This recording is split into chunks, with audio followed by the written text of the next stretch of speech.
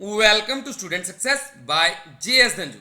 Students, आज के इस वीडियो में हम 25 कंप्यूटर MCQs डिस्कस करेंगे जो कि UGC net, gate, computer operator, computer assistant, IBPS clerk, bank PO, junior office assistant and data entry operator के एग्जाम में आ चुके हैं।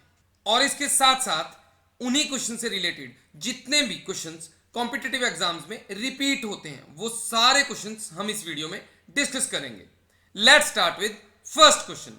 विच of the given wireless technologies used in IoT consumes the least of power? तो इस question का correct answer है option B, Bluetooth. तो सबसे पहले हम जान लेते हैं कि ब्लूटूथ क्या है। तो ब्लूटूथ का आई थिंक ऑलमोस्ट सभी को पता होगा कि ये डिवाइसेस को आपस में कनेक्ट करने के लिए यूज होता है। तो अगर आप शॉर्ट रेंज में पड़े हुए डिवाइसेस को आपस में कनेक्ट करना चाहते हो तो ब्लूटूथ टेक्नोलॉजी यूज होती है। तो इसीलिए ये लीस्ट पावर कंज्यूम करती है। तो अब हम जान लेते हैं कि IoT की फुल फॉर्म क्या है। तो ये देखिए, IoT stands for internet of things. कई बार ये भी क्वेश्चन कॉम्पिटिटिव एग्जाम में पूछ लिया जाता है। तो इसका मीनिंग क्या है? तो large number of devices that are connected to internet, तो उन्हें हम क्या बोलते हैं? Internet of things. तो IoT की एग्जाम्पल्स कौन कौन सी हैं? तो जितने भी स्मार्ट होम सिक्योरिटी सिस्टम्स हैं या फिर कनेक्टेड अप्लायंसेस हैं तो उनमें हम IoT यूज करते हैं। तो बात हुई थी ब्लूटूथ टेक्नोलॉजी की। तो ब्लूटूथ क्या है? Low energy short range communication and wireless technology. मतलब ये बहुत ही कम एनर्जी लेता है और शॉर्ट रेंज डिवाइसेस को आपस में वायरलेसली कनेक्ट करने के लिए यूज होता है। Next question, which of the following is wireless internet technology? तो इनमें से वायरलेस इंटरनेट टेक्नोलॉजी कौन सी है? तो ये क्वेश्चन थोड़ा कॉमन नहीं है, तो मोस्ट ऑफ द स्टूडेंट्स को इसका आंसर नहीं आता। तो इसका करेक्ट आंसर है ऑप्शन बी, जिगबी। तो ये देखिए, आप सिंपली इतना याद रख लीजिए कि जिगबी टेक्नोलॉजी डिवाइसेस को आपस में कनेक्ट करने के लिए यूज होती है। जैसे वाईफाई की हेल्प से हम डिफरेंट डिवाइसेस को आपस में कनेक्ट करते हैं, तो जिगबी टेक्नोलॉजी भी ऐसे ही डिवाइसेस को आपस में कनेक्ट करने के लिए यूज होती है। तो इतनी सी इंफॉर्मेशन आपके लिए सफिशिएंट होगी। स्टूडेंट्स, आज के इस वीडियो की PDF फाइल आप इस वीडियो के डिस्क्रिप्शन से डाउनलोड कर सकते हैं। PDF आप हमारे टेलीग्राम चैनल से भी डाउनलोड कर सकते हैं।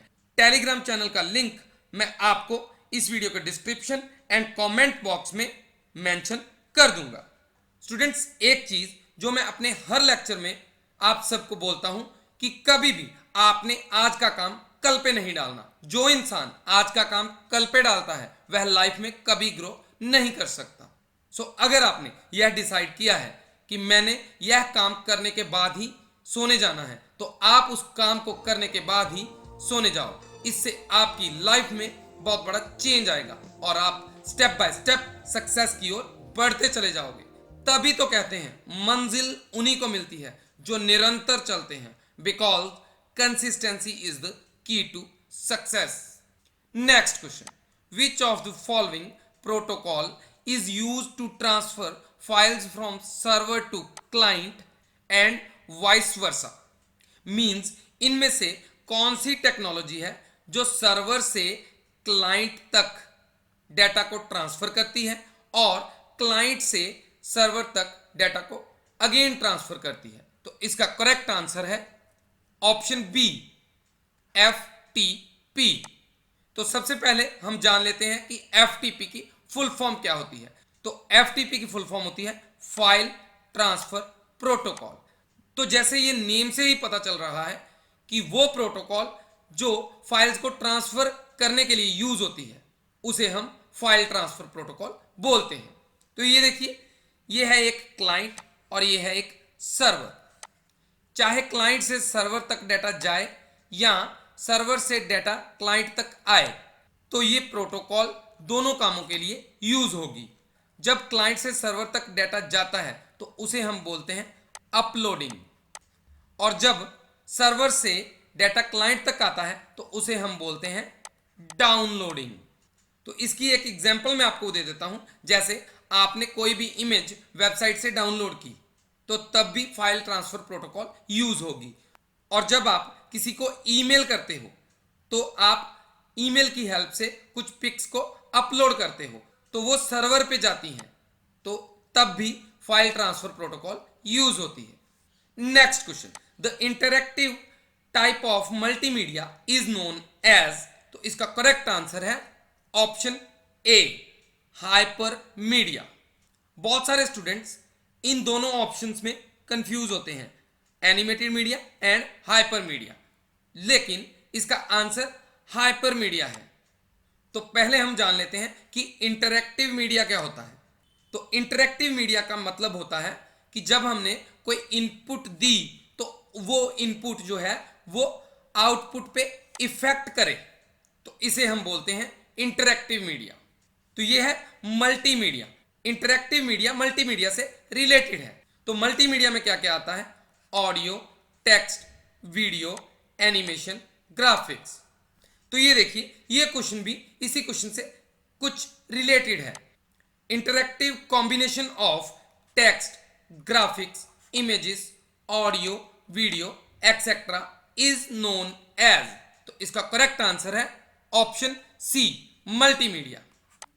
कई जगह पे हाइपर मीडिया को कुछ इस तरह से भी एक्सप्लेन किया जाता है कि जब भी हम किसी टेक्स्ट, वीडियो, इमेज पे क्लिक करें और वो कहीं और हमें शिफ्ट कर दे तो उसे भी हम हाइपर मीडिया बोलते हैं। आई थिंक आपको interactive media, multimedia and hyper media के बारे में अब पता चल गया होगा। Next question, which of the following device takes data sent from one network device and forwards it to the destination node based on MAC address? वो कौन सा डिवाइस है जो डेटा को सेंड करता है एक नेटवर्क से दूसरे नेटवर्क पे, लेकिन बेस्ड ऑन मैक एड्रेस? तो इसका करेक्ट आंसर है ऑप्शन सी, स्विच। तो ये देखिए, ये एक नेटवर्क स्विच है। तो ये जो आपको नजर आ रही हैं ये हैं पोर्ट्स। तो इनकी हेल्प से आप different devices and different networks को आपस में कनेक्ट कर सकते हो। तो एक नेटवर्क से डेटा को ट्रांसमिट करने के लिए दूसरी डेस्टिनेशन पे मैक एड्रेस यूज होता है।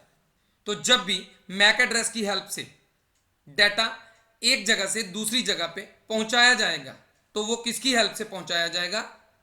स्विच की हेल्प से। अच्छा, एक और क्वेश्चन है जो कि काफी बार रिपीट होता है। तो switch is a layer 2 device that works using mac address. तो ये तो मैं बता चुका हूं कि ये मैक एड्रेस की हेल्प से स्विच काम करता है, लेकिन लेयर 2 डिवाइस, तो लेयर 2 कौन सी है? तो ये देखिए, यहां से स्टार्ट होती हैं लेयर्स। ये है फर्स्ट लेयर, ये है सेकंड लेयर। तो स्विच किस लेयर पे काम करता है? डेटा लिंक लेयर पे। तो ये 7 लेयर्स हैं OSI की। तो ये नेक्स्ट आगे क्वेश्चन आएगा, उससे आपको कुछ और चीजें क्लियर हो जाएंगी। तो आपको याद रखना है कि स्विच कौन सी लेयर पे काम करता है। तो स्विच लेयर 2 पे काम करता है, that is data link layer. अच्छा, स्विच को और क्या बोला जाता है? तो switch is also known as multi port bridge. ये भी क्वेश्चन कई बार कॉम्पिटिटिव एग्जाम्स में रिपीट हो चुका है, तो आप इसे भी अच्छे से याद कर लीजिए। Next question, the number of bits used for addressing in gigabit Ethernet is, तो इसका करेक्ट आंसर है ऑप्शन बी, 48 बिट्स। जब कभी आपसे यह भी पूछा जाए कि मैक एड्रेस में कितनी बिट्स यूज होती हैं, तो इसका आंसर भी यही रहेगा, 48 bits. Next question, which of the following is not an antivirus? इनमें से कौन सा एंटीवायरस नहीं है? तो इसका करेक्ट आंसर है ऑप्शन डी, सफारी। ये तीनों ही एंटीवायरस हैं, कैस्परस्काई, नॉर्टन, ट्रेंड माइक्रो, लेकिन सफारी जो है वो एक ब्राउजर है। तो अब ब्राउजर क्या होता है? तो ब्राउजर एक एप्लीकेशन सॉफ्टवेयर है जो इंटरनेट को चलाने के लिए यूज होता है। जैसे आपने जीमेल, याहू या गूगल कोई भी वेबसाइट ओपन करनी है तो आप ब्राउजर की हेल्प से ही ओपन करते हो। तो ब्राउजर्स की एग्जांपल कौन कौन सी हैं? तो Google Chrome, Mozilla Firefox, opera, safari, ये सारे क्या हैं? ब्राउजर्स। तो ये देखिए, ये सारे के सारे एंटीवायरस हैं। एवीई, Quick Heal, Avira, McAfee, Norton, Kaspersky, Avast, ESET.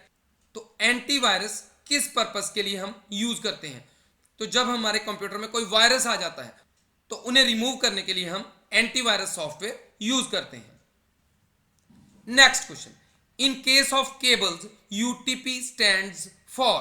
तो यूटीपी की फुल फॉर्म पूछी गई है यहां पे, तो इसका करेक्ट आंसर है ऑप्शन ए, अनशील्डेड ट्विस्टेड पेयर केबल। तो ये देखिए कुछ इस तरह की नजर आती हैं यूटीपी केबल्स। तो ये एक और केबल है जो एसटीपी केबल होती है। एसटीपी केबल में क्या होता है? ये एक शील्ड दी होती है, एक्स्ट्रा शील्ड है जो वायर्स को प्रोटेक्ट करने के लिए यूज होती है। तो यूटीपी की फुल फॉर्म क्या होती है?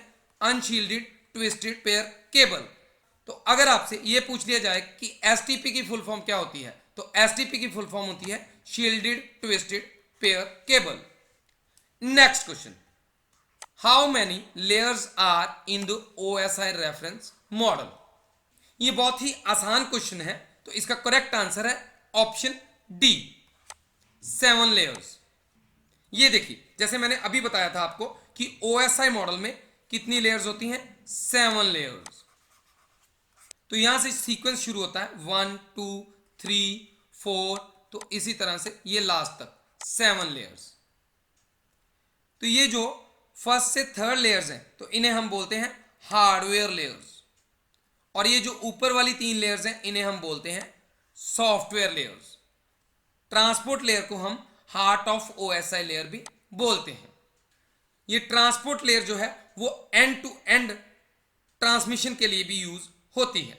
तो ये भी क्वेश्चन रिपीट होता है कि एंड टू एंड ट्रांसमिशन के लिए कौन सी लेयर यूज होती है, तो उसका करेक्ट आंसर होगा ट्रांसपोर्ट लेयर।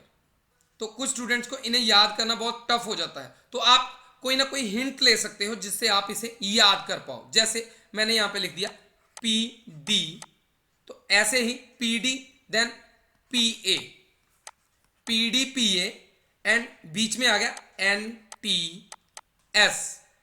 तो आप किसी भी मेथड से इन्हें एब्रीवेट या शॉर्टकट बना के याद कर सकते हो। नेक्स्ट क्वेश्चन इसी से रिलेटेड है एंड बहुत ही आसान है।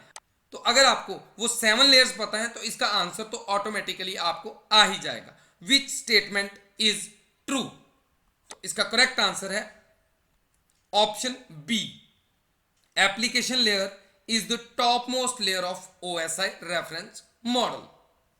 तो यहां पे बाकियों में भी टॉप लिखा है लेकिन बाकी टॉप लेयर्स नहीं है। ये देखिए सबसे टॉप में कौन है? Application layer. अगर आपको इन लेयर्स का सीक्वेंस पता है तो आप सभी क्वेश्चंस का आंसर आराम से दे पाओगे। नेक्स्ट क्वेश्चन भी ओएसआई रेफरेंस मॉडल से ही रिलेटेड है और मैं ये बता भी चुका हूं।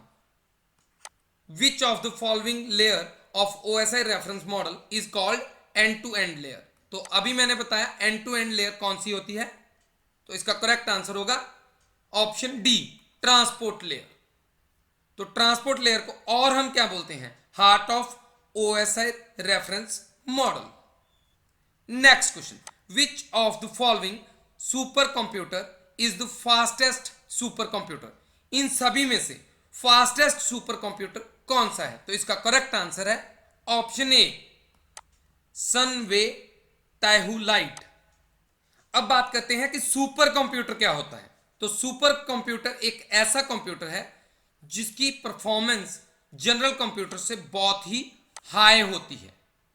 और एक क्वेश्चन है जो कि कई बार कॉम्पिटिटिव एग्जाम्स में पूछा जा सकता है कि इसकी परफॉर्मेंस को, सुपर कंप्यूटर की परफॉर्मेंस को कौन से यूनिट से मेजर किया जाता है? तो इसका आंसर होगा फ्लॉप्स, जिसकी फुल फॉर्म होगी फ्लोटिंग पॉइंट ऑपरेशंस पर सेकंड। तो अभी मैंने आपको बताया कि उन ऑप्शंस में से सबसे फास्टेस्ट कंप्यूटर था सनवे ताइहू लाइट, जो कि 2016 में चाइना में डेवलप हुआ था। लेकिन अगर आप ओवरऑल बात करें तो उन ऑप्शंस में ये ऑप्शन अवेलेबल नहीं थी। तो वैसे सबसे फास्टेस्ट सुपर कंप्यूटर ये है फुजित्सु फुगाकू, और इसे जापान में 2020 में बनाया गया था। अगर ऑप्शंस में ये ऑप्शन होती तो सबसे फास्टेस्ट सुपर कंप्यूटर ये है। उसके बाद एक और क्वेश्चन है जो कि कॉम्पिटिटिव एग्जाम्स में आ जाता है, first super computer of India. तो सबसे पहला इंडिया ने सुपर कंप्यूटर कौन सा बनाया था? तो उसका नाम था परम 8000, और इसे इंडिया ने 1991 में बनाया था। और अगर आपसे पूछा जाए कि वर्ल्ड का फर्स्ट सुपर कंप्यूटर कौन सा है, तो इसका आंसर होगा CDC 6600, और इसे 1964 में बनाया गया था। तो इन सुपर कंप्यूटर्स के नेम आपको पता होनी चाहिए। Next question, choose the correct one. तो इनमें से करेक्ट ऑप्शन कौन सी है? Option B, compiler is a translator that translates high level language into machine language. High level language जैसे हम इंग्लिश लिखते हैं कुछ इस तरह से होती है। High level language human understand कर सकता है और machine level language computer understand कर सकता है। तो हाई लेवल लैंग्वेज को मशीन लेवल लैंग्वेज में कन्वर्ट करने के लिए हम क्या चीज यूज करते हैं? कंपाइलर। तो ये देखिए, ट्रांसलेटर्स 3 टाइप्स के होते हैं, असेंबलर, कंपाइलर एंड इंटरप्रेटर। तो मैं इन तीनों के बारे में बता देता हूं जो कि क्वेश्चंस में अक्सर आपसे पूछ लिया जाता है। तो असेंबली लेवल लैंग्वेज को मशीन लेवल लैंग्वेज में जब कन्वर्ट करना होता है तो हम असेंबलर यूज करते हैं। ऐसे ही जब हाई लेवल लैंग्वेज को हमने कन्वर्ट करना होता है मशीन लेवल लैंग्वेज में तो कंपाइलर यूज होता है। और इंटरप्रेटर भी हाई लेवल लैंग्वेज को मशीन लेवल लैंग्वेज में कन्वर्ट करने के लिए यूज होता है। लेकिन इन दोनों में डिफरेंस क्या है कंपाइलर एंड इंटरप्रेटर में? तो कंपाइलर जो है वो होल प्रोग्राम को कंपाइल करता है, सारे के सारे प्रोग्राम को एक ही बार में कंपाइल करता है। लेकिन इंटरप्रेटर प्रोग्राम को लाइन बाय लाइन या फिर स्टेटमेंट बाय स्टेटमेंट कंपाइल करता है। तो ये क्वेश्चन बहुत ही बार एग्जाम्स में पूछा जा चुका है, this one and this one. Next question, choose the correct one. तो इसका करेक्ट आंसर है option B, unix is multi user operating system. Means unix पे मल्टीपल यूजर एक साथ काम कर सकते हैं। तो हमें पता होना चाहिए कि यूनिक्स क्या है।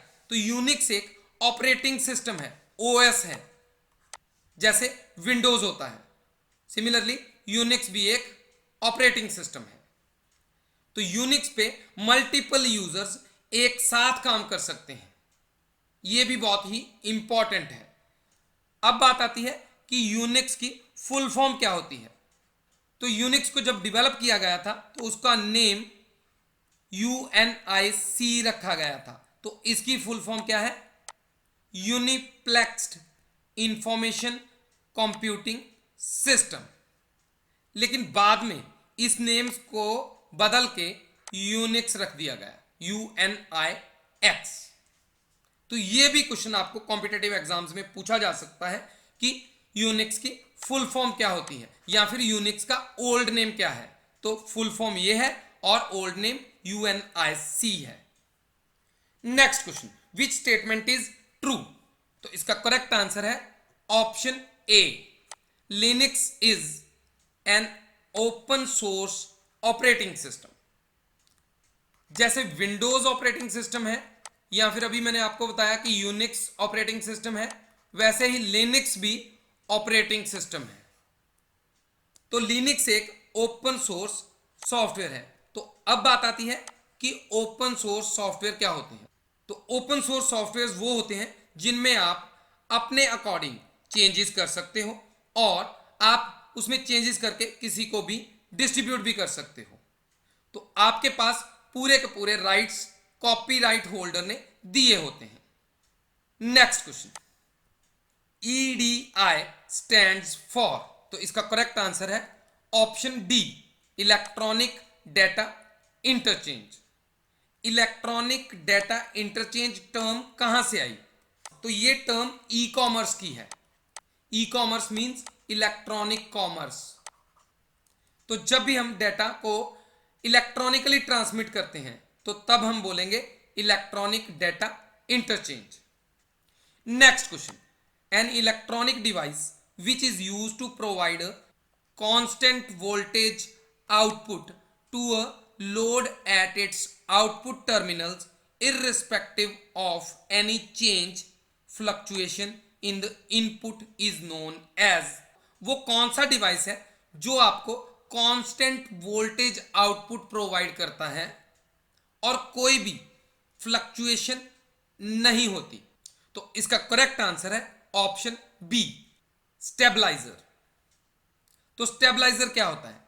तो आपने देखा होगा कि पहले हम टीवीज के साथ स्टेबलाइजर लगाते थे जो कि आपको कांस्टेंट वोल्टेज आउटपुट प्रोवाइड करता था, लेकिन आजकल टीवीज या एलईडीज में इनबिल्ट स्टेबलाइजर भी आ रहे हैं, तो इसलिए हम इनका यूज कई बार नहीं करते। Next question, what does CVT stand for? तो इसका करेक्ट आंसर है option A, continuous variable transmission. Next question, a device that provides emergency power to load when the input power source or main power fails। वो कौन सा device है जो आपको emergency के टाइम पे पावर प्रोवाइड करता है जब आपकी मेन पावर फेल हो जाए या लाइट चली जाए? तो इसका करेक्ट आंसर है ऑप्शन बी, यूपीएस। आपने देखा होगा कि आपने कंप्यूटर के साथ कुछ इस तरह का डिवाइस लगाया हुआ है, तो इसे हम बोलते हैं यूपीएस। तो यूपीएस की फुल फॉर्म क्या होती है? यूपीएस की फुल फॉर्म होती है अनइंटरप्टेड पावर सप्लाई। कि जब आपकी पावर फेल हो जाए या पीछे से इलेक्ट्रिसिटी चली गई है तो आपको अनइंटरप्टेड पावर सप्लाई कुछ देर के लिए प्रोवाइड करता है यूपीएस। तो इसकी फुल फॉर्म भी बहुत बार एग्जाम्स में पूछी जा चुकी है। Next question, which of the following key is use to rename the file? जब हम किसी भी फाइल या फोल्डर को रीनेम करना चाहते हैं तो तब हम कौन सा शॉर्टकट यूज करते हैं? तो इसका करेक्ट आंसर है ऑप्शन सी, F2। तो चलिए मैं आपको एक फाइल रीनेम करके भी दिखा देता हूं। ये देखिए, जैसे ही आपके सामने एक MS वर्ड की फाइल है और इसका नेम है वर्ड शॉर्टकट्स, तो मैंने इसे सिलेक्ट किया और F2 की प्रेस की, तो अब मैं इसका नेम चेंज कर सकता हूं। तो जैसे मैंने लिख दिया स्टूडेंट सक्सेस, तो इसका नेम जो है वो चेंज हो चुका है। तो इसी तरह से आप किसी भी फाइल या फोल्डर को रीनेम कर सकते हो। Next question, when the underlined और highlighted text is selected, clicked, it navigates user to the related item that text is known as। तो इसका करेक्ट आंसर है ऑप्शन बी, हाइपरटेक्स्ट। वो टेक्स्ट जो कि हाईलाइटेड है और अंडरलाइंड है, जब आप उस पर क्लिक करोगे तो वो आपको किसी रिलेटेड वेबसाइट या रिलेटेड आइटम पे ले जाएगी, तो उस टेक्स्ट को हम क्या बोलते हैं? हाइपरटेक्स्ट। ये देखिए, जैसे मैंने गूगल में यहां पे लिख दिया सक्सेस कोड्स, तो इससे रिलेटेड नीचे आपके यहां पे वेबसाइट्स आ गई। तो ये जो टेक्स्ट नजर आ रही है ये अंडरलाइंड है, आप इस पे क्लिक करोगे तो ये आपको ऑटोमेटिकली नेक्स्ट वेब पेज पे ले जाएगी। तो इस टेक्स्ट को हम क्या बोलते हैं? जो अंडरलाइंड है और हम इसे क्लिक करके दूसरी वेबसाइट पे पहुंच गए, तो इस टेक्स्ट को हम बोलते हैं hypertext. Next question, CD stands for. तो CD की फुल फॉर्म क्या है? तो इसका करेक्ट आंसर है ऑप्शन ए, कॉम्पैक्ट डिस्क। कुछ इस तरह की नजर आती है CD। तो CD एक सेकेंडरी स्टोरेज डिवाइस है। कई बार ये भी क्वेश्चन पूछ लिया जाता है। तो सेकेंडरी स्टोरेज डिवाइसेस में और कौन कौन से डिवाइसेस आते हैं? जैसे hard disk, floppy disk, memory cards, pen drive, तो ये सारे क्या हैं, सेकेंडरी स्टोरेज डिवाइसेस। अब सीडी की बात हुई है तो सीडी की कैपेसिटी क्या होती है, तो सीडी जनरली 700 MB की होती है। Next question, broadband allows streaming of audio and video at a speed of, तो जिन लोगों के पास ब्रॉडबैंड कनेक्शन है उन्हें ऑडियो एंड वीडियो को स्ट्रीमिंग में कितनी स्पीड मिलती है, तो इसका करेक्ट आंसर है option C, 2 Mbps above, means या तो 2 Mbps हो सकती है, इससे ज्यादा भी हो सकती है। तो आजकल ब्रॉडबैंड की स्पीड 10 Mbps या 20 Mbps या इससे ज्यादा भी होती है। Next question, which of the following is not the component of multimedia system, तो इनमें से कौन सा कंपोनेंट मल्टीमीडिया सिस्टम में नहीं होता, तो इसका करेक्ट आंसर है ऑप्शन सी, माउस। ये देखिए, मल्टीमीडिया सिस्टम में audio, text, graphics, animation, video सब कुछ आता है, लेकिन माउस जो है वो एक इनपुट डिवाइस है और वो मल्टीमीडिया में नहीं आता। तो आगे है आज का last question, twisted pair wire, coaxial cable and fiber optic cables are examples of, तो इसका करेक्ट आंसर है ऑप्शन ए, गाइडेड मीडिया। देखिए, दो तरह के मीडियाज होते हैं, एक होता है गाइडेड एंड दूसरा होता है अनगाइडेड मीडिया। तो गाइडेड मीडिया वो मीडिया होता है जिसमें वायर्स की हेल्प से, केबल्स की हेल्प से कनेक्शन एस्टेब्लिश किया जाता है, लेकिन अनगाइडेड मीडिया वो होता है जिसमें वायरलेस कनेक्शंस एस्टेब्लिश होते हैं। तो ये सारी वायर्स के नेम है, तो ये गाइडेड मीडिया है। स्टूडेंट्स, अगर आपने इस चैनल की MS excel, MS word and MS power point की सीरीज को नहीं देखा तो आप उन सीरीज को जरूर देख लीजिए, because most of the questions MS office में से ही पूछे जाते हैं। स्टूडेंट्स, अगर आपको इस वीडियो से कुछ सीखने को मिलता है तो आप student success by JS Sanju channel को सब्सक्राइब करो, वीडियो को लाइक, कमेंट एंड शेयर जरूर करो। Thank you for watching.